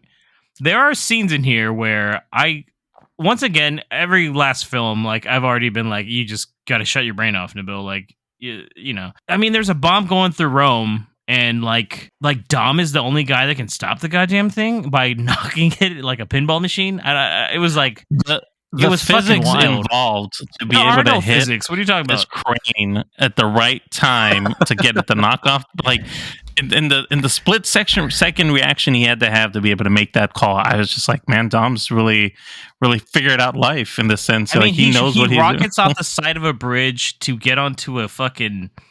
God, what was it? Like a crane to like pinpoint, go back around. I was like, what the fuck? How did he know that? I'm like, dang, Dom might be a genius level, like fucking person. He's fucking Sherlock Holmes, you know, like Robert Downey Jr. with the little math in his head, slows down time, he can figure it out. Yeah, he knows what he's doing. Dude, I'm calling it right now. It's a Rocket League reference. Oh yeah, I actually thought of Rocket League all the time. Yeah, you know, Vin's a gamer, dude. I mean, that's true. I don't like going off the previous movies. I thought the action was only okay. I mean, like you got it fresh, David. Yeah, like Fast. I think 8. I remember there's this part when they're like, "Watch out, zombie cars," and I was like, "Oh my god, this is amazing." I remember that. God, I remember the zombie cars. And I don't think they had any. Like they went so big in the past, like 2 movies. It was. I don't think anything really reached the heights. And also, unfortunately, they spoiled like everything in the trailers. Yeah. They do show a lot. Like, and then Tom has this technique of just knocking other cars out. I'm like, I've never seen someone so confident driving a fucking Charger or whatever the fuck he's driving, man. Challenger. Is it a Challenger? Yep. God, dude. And not but he's going down the Challenger. Tire. No, he's got 2 like what are these like? Dude, the windows don't even break until somebody shoots the damn window out in the back. Well, he's got like these 2 hoistings that are anchored to helicopters that he's dragging down on the road, and has like, and his car doesn't get split in 2. He's able to drag them with him. You know, like it's just what, and then smash them together. I mean, he drives on the side of a dam. I'm pretty sure that's in the thing, and he just tells his son like, buckle up or some shit. And I was like, very irresponsible of you, sir. I don't know if that works gravity wise either. Just to let you know, I think if you drove off, you would just die. Right? I don't. But he has family. Yeah, he's the power of family. He's like, don't worry about it. Find your line, or what's he say? You gotta have Feel faith. It right here. Feel it right here. And I'm like, your child's like 7, right? I think. Apparently, he can do donuts. Is that car that he's driving the whole movie? Is that same car that's in the garage where someone makes a reference like, "Oh, it's not all souped up like it normally would be." He's like, "We're building it together," and all of a sudden, it's like the most badass car on the planet. Is it? I don't know if that's the same one, but it's not the same car. I thought it was the same car. It's his car he uses. I know. It's like, I don't know. Yeah, he always uses like the Charger, but at the end of every movie, it's like destroyed, like completely destroyed. I mean, remember the end of the first movie? I'm like, is that? I think that's the same car. I feel like it's the same one. I find it's just hilarious. Like he's, oh God. I mean, there's not even a spoiler. Like he's in a plane and he's like, "I'll go out here." I'm like, this is not a viable option. Dude, we'll just drive off in the middle of the air. And he's already strapping himself in, like looking backwards. He's like, I'm getting ready. Like he's like pulling out of a Safeway or some shit. I'm like, what are you doing? There's nowhere to land. The character to be in there and just be like, well, it's just that you can't. Yeah, Dom, I don't know if you know about like physics or death or instant death, but this is instant death. Like how did his like airbags not go off? I know there's still at least one on the steering wheel. Like, dude, he's hitting it hard, and then he's just going. Once again, no flats. Like those tires are the greatest tires I've ever seen in my life. And he's like, reinforcements are here. And then he's just dropping out, and I'm like, what the fuck? So Uh, yeah, that was weird. I guess that's another thing that's kind of problematic for me with these movies is that like everyone's in on it, everyone's having a good time, especially Jason Momoa, but except for Vin Diesel, like he's playing it so straight. He's so serious. He is the most serious person. Actually, yeah, probably shit. Now I'm thinking about it. I guess. Yeah. I'm just. I was just thinking one last action sequence of the bridge scene where, like, when you find out, like, the twist of the movie doesn't make a lot of sense anymore of why it played out that way. What do you mean? I'll talk about it during spoilers, but I'll say this much: I don't know if they were just waiting for him to get to a certain point, or if they're not trying to. They're obviously not trying to take him out, right? Or are they? They're just trying to hurt everyone around him. Oh, yeah. He said death is too easy. The whole thing was to make him suffer. Because I was going to say, if they wanted to kill him there, they could have killed him. He could have killed him at any point. Yeah, it was. Well, at the end though, he had said that he's just going to kill him now. Like he came to the point where it's time to kill him. But the whole film was toying with him. So the Brits, he's like not quite ready yet, but I'm almost there. Kind of thing, right? Is that what he's trying to say? It's like basically just like putting him through the gauntlet, essentially, emotional gauntlet. He's like, we're 95% there, not quite. I'll see you in another couple. Yeah. Okay. Got another 3.5 hours to go in the next film. He's like, check this out. You butthole. That makes sense.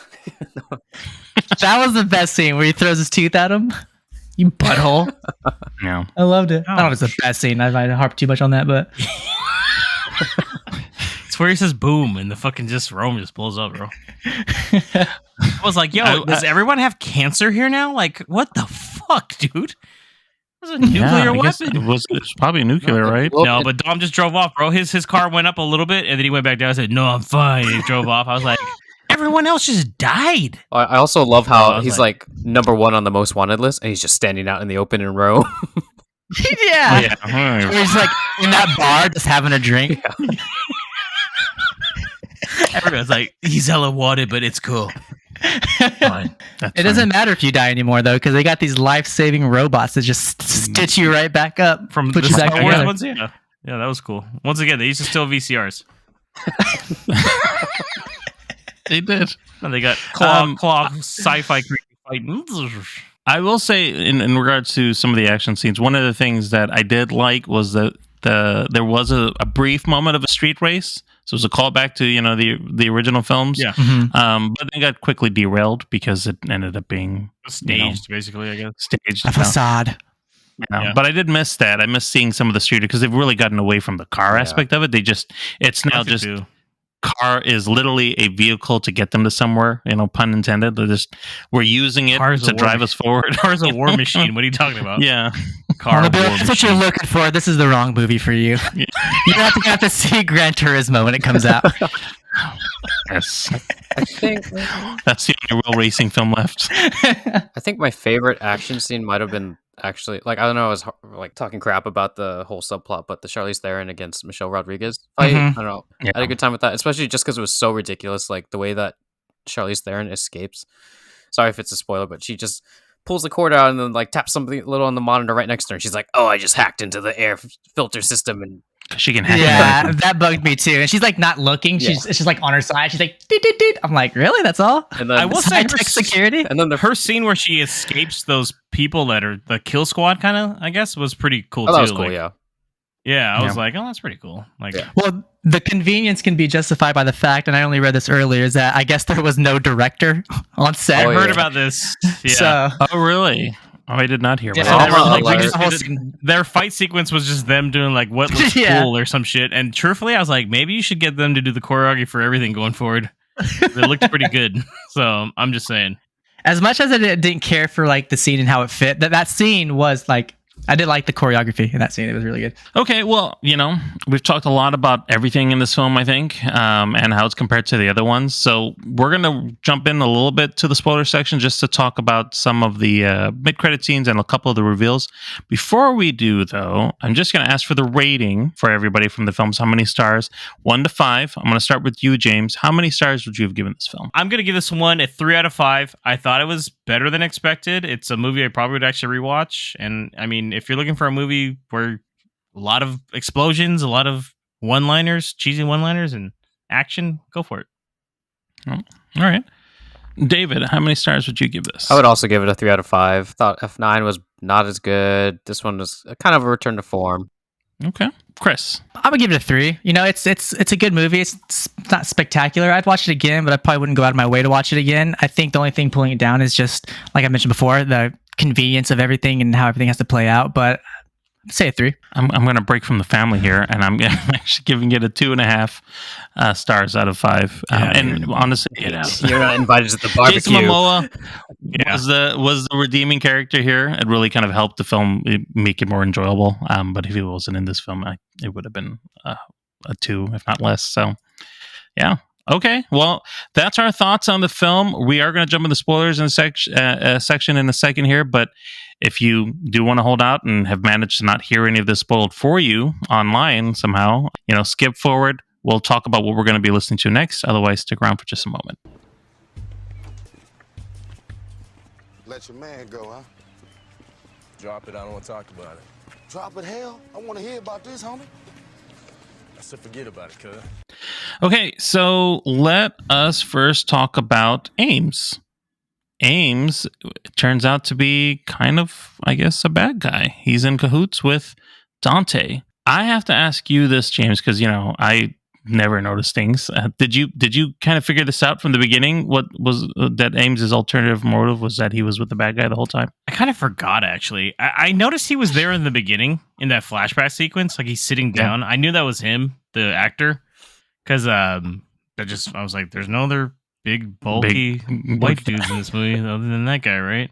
But I didn't know if he was like, I didn't know. No, I didn't see that happening. I thought that was so fucking random, but I guess it works. If, like, to have a partner to get all this done, and he was kind of already in a somewhat villainous role seeking Dom, right? But maybe that was, I don't know. Once again, maybe this will play out better in sequels too, like how evil this guy really is, because we didn't really get to see him, I guess, spread his villainous wings, right? Like, he really only shoots down the Silly Goose team in their plane, and then I'm assuming they're not dead because no one really dies in these fucking movies. So I just was like, damn, he fucking turned on them.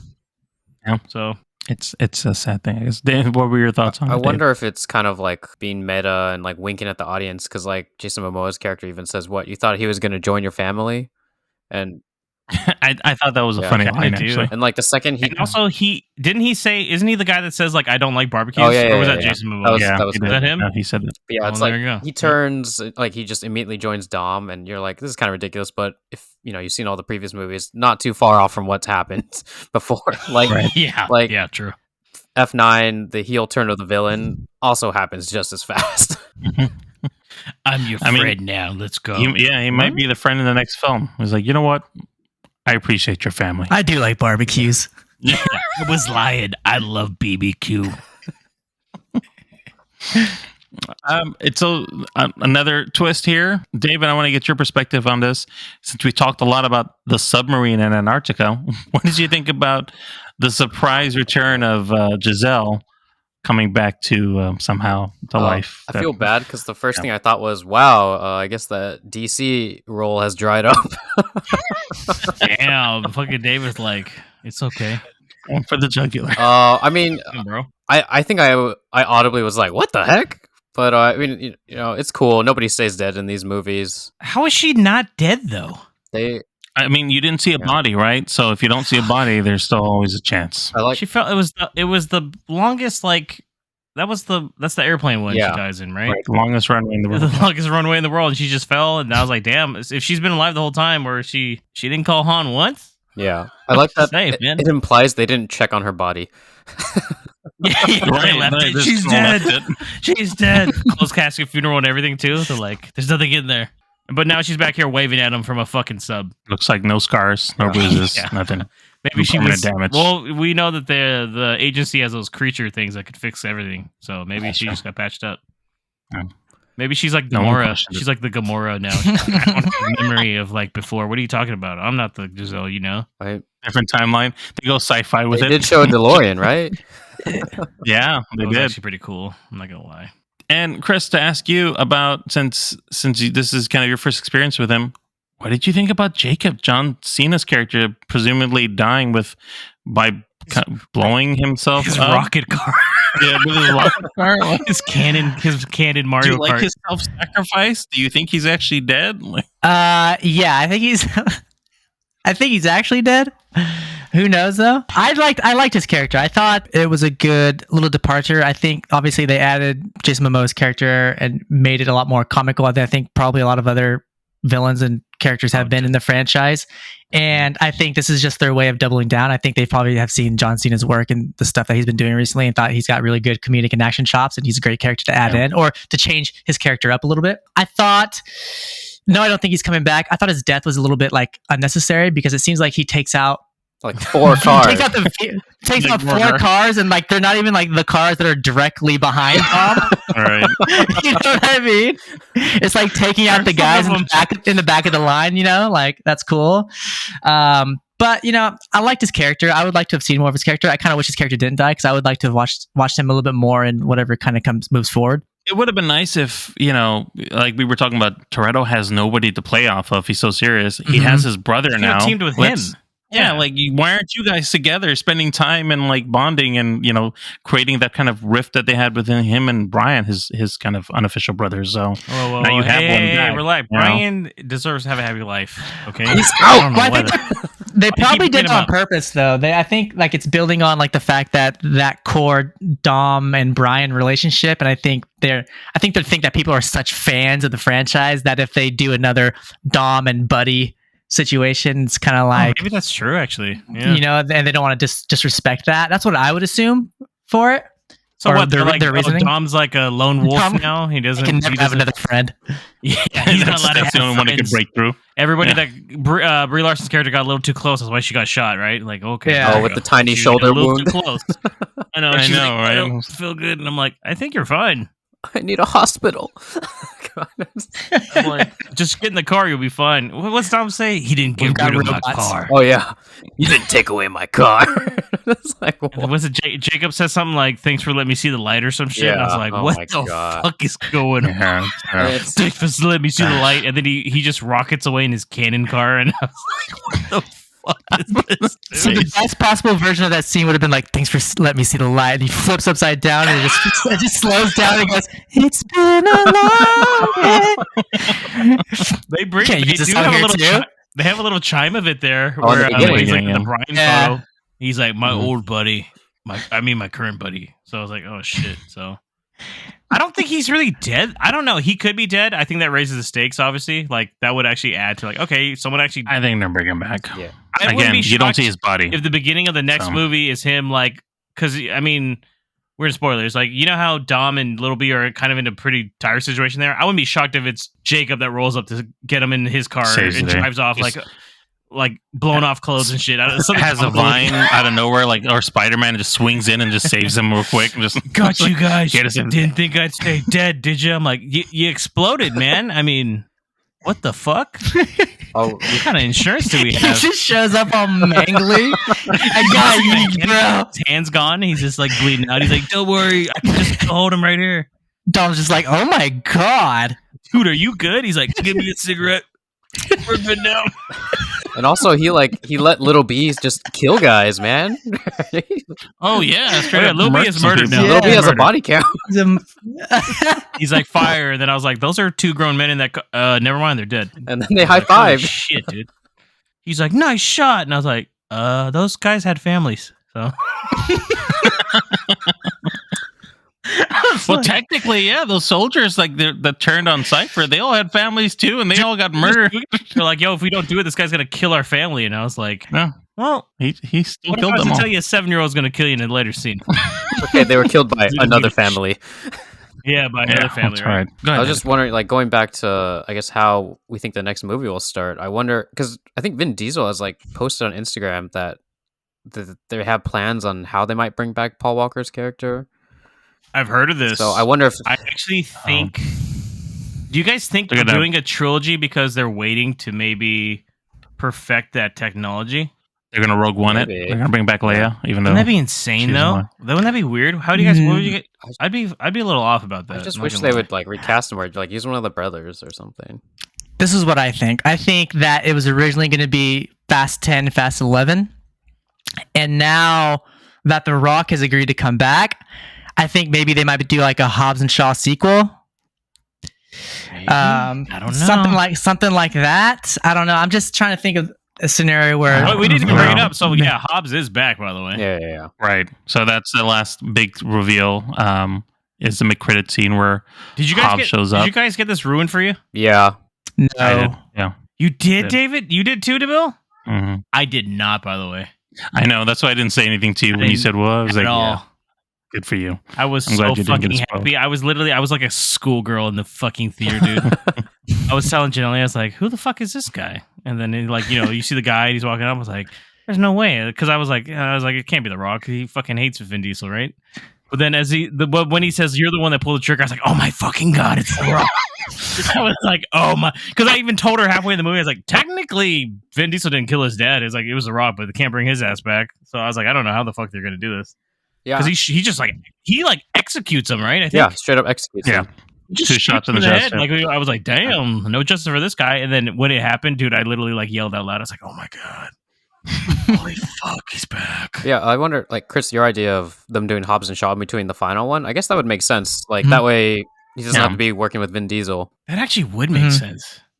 Yeah, I think if they did a film, even if they did the sequel with him in the film, I imagine that there won't be a lot of interaction. Like it'll be an agreement of I don't want to be in the same scenes with you. I have my own little plot going on.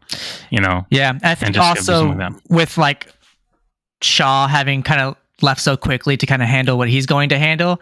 Maybe I think I think those kind of two things together, I think kind of lead to. Shit. I don't know. That's just what I'm thinking about it. Who am I? I've only seen 4 of the movies. 4 out of 11 now, right? I'm missing 7 of these bitches right now. I mean, Hobbs and Shaw was a great film. It's not how you start; it's about how you win. Strong finishes. Shit, you're right, man. I really think Brian might come back, but I don't know how I feel about that. To tell you the truth, I think he will. I don't know how he will, but I think he will. Is he gonna be? I don't think he's going to be to the point of interacting with a bunch of people. Maybe just. I feel that they're going to CG him back. I think they'll use his brothers again, and they will act him back in to kind of give it a good send off. Do they have enough audio from him to recreate his voice? I guess now. I guess AI is have that you not good? heard of ChatGPT? Yeah, they can get this audio going fine. One of his brother, because there's 2 brothers, right? I think one looks like him, and then the other sounds like one him. really sounds like Oh, him. really? Yeah. Mm-hmm. It's convenient. Shit. Yeah, convenience. Vin Diesel's like, thank the name God of the we have franchise. 2 brothers. If one of them dies, though, we're fucked. So yeah, I think your point to it being waiting kind of for the technology too. I think by that 3rd film they might actually. The next have movie it is not coming out to 2025, and then I'm assuming the other one would be films are going on forever. 2027. Oh my God. I'll be close to fucking 40 Jesus. at that point. Good God, dude. You think they'll do a Fast movie with Vin Diesel when he's 80, like the new Indiana Jones movie? Probably. Don't be shocked, Indiana Jones. dude. He's riding this yeah. gravy train till it fucking ends, man. I think he'll in whatever aspect that they're going to be putting these films out. I think he's going to have a part in it in some way, shape, or form. There'll definitely be spin-offs. There's other characters that they, anytime they bring in somebody young, you don't know who they're going to bring back. They can just give them their own little side story and say, this is the new future. I mean, you got a little B who might suddenly grow up and now he's got his own little franchise. What if they do a time jump for one of the movies? Yeah, that's true. I thought about that, and also thinking that might be the reason that they introduced Danielle Melchior. Yeah. Melchior. I was thinking that could be another reason why they had introduced her character, because now she has, she's pretty young. Her sister is a part of the movies, and she's dies, so that gives her a reason. Now she has a relationship with Dom, and however that turns out is going to be another, a factor in what she moves forward. And she races, so we have that. Maybe they'll go back to a little more of the core stuff too. Yeah, maybe her and little B hookup. They made her very much related. Mention that, hey, that's my nephew, right? Yeah. I mean, she's that's my nephew. And I was like, oh, technically, yeah, that is your nephew. Oh shit, here we go, family. So, fucking family in Brazil. Keep it in the family. No one said Brazil though, David. Were you mad? That I was waiting for it. How he says it in Fast 5. Yeah, I was waiting for it. This is Brazil. I read an interesting fact today that they say the word family 56 times in the movie. Oh my God. Holy shit. I mean, that's a little... Was it all... Here's the question. Was it all between Jason Momoa and fucking Vin Diesel saying that? Probably. I don't think anyone else meant... Oh, and then Maybe Michelle Rodriguez's character. She mentioned Probably it a couple times. Brie Larson's character, I think, says it one time. He's like, "That's my dad." I mean, So that's the wait, majority is he of Vin coming Diesel's back? language. So nobody's got to come back. Kurt Russell's got to be back in the Probably. game, right? Yeah, he He'll be like back. disappears in F9. Like that's the start of the plot. He's probably the reason why Giselle was gone, and he probably finds her. He might be driving the submarine. Oh. He's just driving by himself. there. It's like, I'm here too, guys. Because obviously Ames is not really shouldn't be the head of the damn agency, so he's probably going to do something like, because then what does he say in this movie? He's like, leave him a message so you can get back to us, and I was like, I guess we're not going to follow up on that. So, okay. Yeah, I was surprised it just kind of ends. I remember like once they get to the dam, I'm like, wait, is this the end of the movie? Yeah, I looked at my watch and I was like, there's 10 minutes left to this. I don't know how the fuck this is going to wrap up. And and that was kind of going back to like my comparison with it with like Infinity War, because I think like the same thing where you have like this big group of characters, always expanding. The way that it just kind of ends like on this very situation. Yes. Yeah, and then you just know the next film is going to be everybody. I'm not mad at it. Don't hate it. Yeah. I'm actually, I'll say, closing thought wise, like I'm actually, as much as this movie was pretty mid, like to me, but I'm actually really excited for the next one, especially after that Hobbs reveal. It's like, holy fuck, where's this gonna go now? Like the possibilities are endless. How do you? I think my thoughts. I want to see what you guys think, but I'm thinking that's how is the next movie is gonna begin. Is gonna be how Giselle lived. I think we're gonna start off with this plane scene that eventually took place. I would love to see how they retcon this, just like how they retcon Han's death. Like he went under a sewer thing. What? He waved Makes his no magic sense. wand. This is the actual line. I was like, what? Yeah, Mr. Nobody saved me. I was working for him actually. You didn't want to tell that to the kid?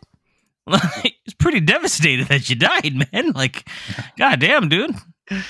Maybe they will. They're going to be like, they're obviously going to have a sequence where they're like, how'd you survive? And she's like, well, and then that'll be the Luke Skywalker one. Let me tell you how I got to this point. And maybe she was, you know how they do it too? She's been gone for what? Literally, goddamn, 4 movies, right? Technically. Giselle? I bet she was like in some of those movies somehow, and they're going to somehow watch. In the background. They're going to be like, oh, I was actually part of that team that did that. You just didn't know it was me or some shit. Watch, guaranteed. She just shows off a motorcycle. Her mask just suddenly comes off. Yeah, it's like, going to be one of those that's me. things where that was actually me in the background. Like, oh, okay. Everything's That's cool. connected. Everything's connected. Don't even worry about it. Remember that fake agency thing from the Hobbs and Shaw? That was me too. Any other closing thoughts, guys, on this wonderful franchise and this exciting movie that we just saw? Do you guys think that Sean, I think his name was, from Tokyo Drift, you think he's coming back? He's got to come Oh, close to that. actually, with the rest of Chris, them. he already has come back, so I won't reveal to you. Like as the main crew now, like additional. I don't think so. I think his No? last He was in thing Fast 9, was though. Yeah. Fast 9, and he already looked like he was 56. Oh in that my movie. god. He was in Fast 9? Yes. He was. It's great. Oh. He's also very With smart, Bow Wow, too. I think. Isn't Bow Wow Yeah. in it too? Bow was in it as well. Yeah, great. we're not even fucking around, Chris. If you decide you have 2 years until the sequel, so if you want to get through these movies, I think you have a treat in yourself. I wouldn't do it like how Oh. David did. Just do it in a Just week, a little man. bit. It's great. I mean, David technically still needs to go back and watch at least Fast and Furious 4, so he Yeah. sees that scene where Paul Walker kicks the chair. David went ahead and bought himself a 94 Honda Civic. He's been super the shit out of it. Bro, he told us earlier, he's like, I'm just tuning up the old girl. I'm like, are you in the import tuners now, bro? What the fuck are you I went doing? to the store. I'm like, what do you mean I can't buy NOS? We're like, sir, that's not something you just buy over the counter. Fuck you. Also, what was One thing I did note. sorry. Oh, good. Oh, I was just like No, that go the ahead. end scene when Dom is driving off the dam and then the fire engulfs the car and then he activates the NOS. I'm like, wouldn't that I was thinking Explode? the More exact same explode? I thing. thought the same thing. I was like, I think that's your death now, right? That's your coffin now. I saw him reach for it. I was like, oh, God, no, don't do it. Wait, Dom, you know if you let nitrous oxide into the tank, your car's on fire, bro. Don't worry about it. I got family. I love you get the narcissism in Vin Diesel and all the I don't know if you guys caught it, but there's like a bunch of like these Christ the Redeemer references and that go along with like the classic, Vin Diesel pose, the Dom pose, but they like kept on harkening on that, and even with like the overhead shot that they do in Rio de Janeiro, You know, the Christ the Redeemer statue. I thought that was kind of interesting. I thought see it it was like also 7 times too. You just Yeah. keep showing it. Like, here's another shot. Check it out. I also love the Captain America reference when they whatever Momoa, was it Momoa's character or was it Ames' character when he says it about Scott Eastwood's character. Like he's like, "Oh, Captain America." I thought it was a funny reference because Scott Eastwood auditioned for Captain America. I think I that was know an that. indirect reference. That's a I good did one. not know that Okay. actually. Shit. Well, you're welcome. Thank you. And he swiped right Yeah, a on little Han. And he swiped right on. Yeah, it's right. I was like, damn, Han, it's okay. He's a catch, man. It's fine. All right, guys. So that is our end of the podcast then, and end of our review of Fast X or Fast 10. Thank you for listening. I do want to thank David and Chris for joining us on our 150th episode here. It was really fun. I don't know. I hope you guys had a fun time too. Yeah, thank you for having I had a me. wonderful time. Yeah, thank you so much. I hope to definitely do some more in the future. I had Yeah, hopefully. Yeah. great time chatting. I've wanted to. David's a been on one and done. before. Like I said, I've always wanted to get you on too, Chris. Because I also forgot to mention, me and Chris were on a very brief fucking podcast many fucking years ago with our friend Joe. I don't know if you remember, Chris, where we reviewed maybe one movie. Oh yeah. That was it. See, look at Chris doesn't Yeah. even remember it, do you? I do. No, I do. We had to fix your back at one point. I remember, like, we just need to make sure Chris can record. Remember? Wait, what happened again? You remind Your Mac was fucked up. Your white Mac, the little one. You're like, Yeah. it doesn't read. So we fixed it for you to like just get it to work or some shit. Me and Joe. Oh, we I did don't some- even remember we that. did some magic to that shit, and then we did a movie. We I do just did remember like the movie. I think we did 1 or 2 movies, maybe, and that's it. So We Oh, did. really I know we did one. Yeah, we did the one like for the festival in the diner. yeah, that was where we were filming stuff. But we did a podcast though where we reviewed something. We tried to even do a podcast thing. So look at that little end of the cap. There Yeah. for you guys. Wow. What was it called? I have no fucking clue. But Couldn't tell you. listen and follow us on your favorite podcast services. Trust us, we're on all of them. For a quick link to our socials, visit linktree/moviepalspod. That is linktr.ee/moviepalspod. Thank you, and make sure to smash that subscribe button so you never miss an episode. Make sure to also stay tuned for our next episode, episode 151, where we will be reviewing Spider-Man Across the Spider-Verse. Thank you very much, Nabil. Until next time, this is James. Nabil? Chris. And David. Have a great one.